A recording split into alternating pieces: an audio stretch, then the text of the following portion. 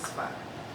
And he said, well, I just want you to know that everything is going to be just fine. And I said, okay.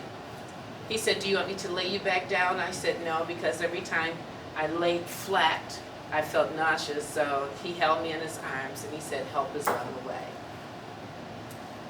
Another guy came and knelt at my feet and he said, I'm an EMT and I happen to be in the crowd. Have you had any food today? Do you take medicine? Blah, blah, blah. Same questions this guy that's holding me asked me, like, why are you asking me that? And he said, someone will be here. He said, you're going to be okay.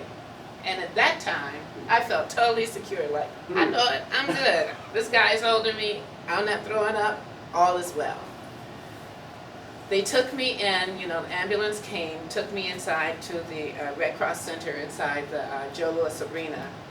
And I started talking about the man that held me, and I needed his name so that I could thank him for coming to my rescue.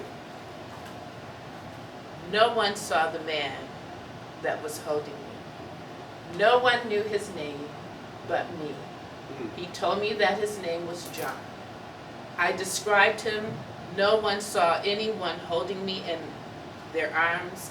No one saw the first guy come. The only person that anyone saw was the EMT that came and sat at my feet and told me that things were going to be all right and asked me all these questions. Even my best friend who was with me and by my side during the entire thing. So then you start to connect the dots. This is that guy in white. This is that angel, that whatever spirit you want to call it, that has given me signs throughout my life to let me know that things are going to be okay. What year was it and what time of day? I mean, ice cream for breakfast, I'm all for that. But just curious how much more time it passed. Actually, it was during Obama's run for office. So what was that, 2008-ish? Yes. And I'm really bad with dates. And it was in the middle of the day. It was like 3 or 4 o'clock. And I did have ice cream for breakfast because I was just, I was in a place. Some people had made me angry, and I tend to rebel when I'm angry. And I'm a grown-up, so I can do what I want to do. So I had ice cream for breakfast. Gotcha. Have you, it sounds like maybe when you've told that story before, that people have reacted with disbelief or even negativity. Can you speak a bit about that? They have, and I don't care. I don't try to convince anyone because my spiritual walk is my spiritual walk. And the things that God has shown me in my life have been absolutely amazing. There was another opportunity when, my sister got sick. And I had had a dream the night before. And in the dream, I remember it kind of vividly. In this dream, airplanes were taking off from the middle of the freeway going straight up. I'm like, that's kind of strange. Airplanes just right off the freeway, straight up. And then a voice saying, it's going to be okay. Don't even worry about it. And I didn't know what it was, and I thought it was kind of weird, but I woke up. It was a dream.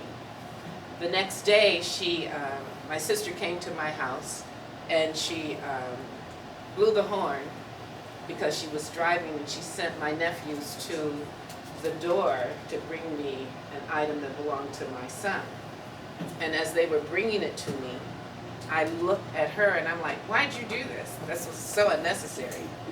And she had gone into a grand mal seizure behind the steering wheel of the car, with the car in drive. At which time I saw her, and I don't know if you've ever seen a grand mal seizure, but people tremble and seize, and it's pretty scary.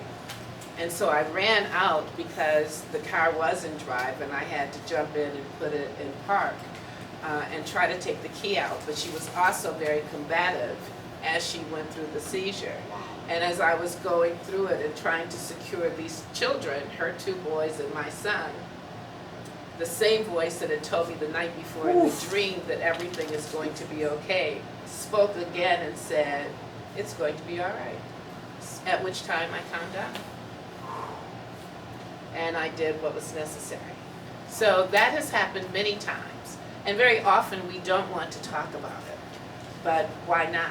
People have things happen in their lives and they shape who we are and our beliefs. And it's only when we allow others to identify and label for us that we lose sight of our purpose. I often share with the class that religion isn't a polite kind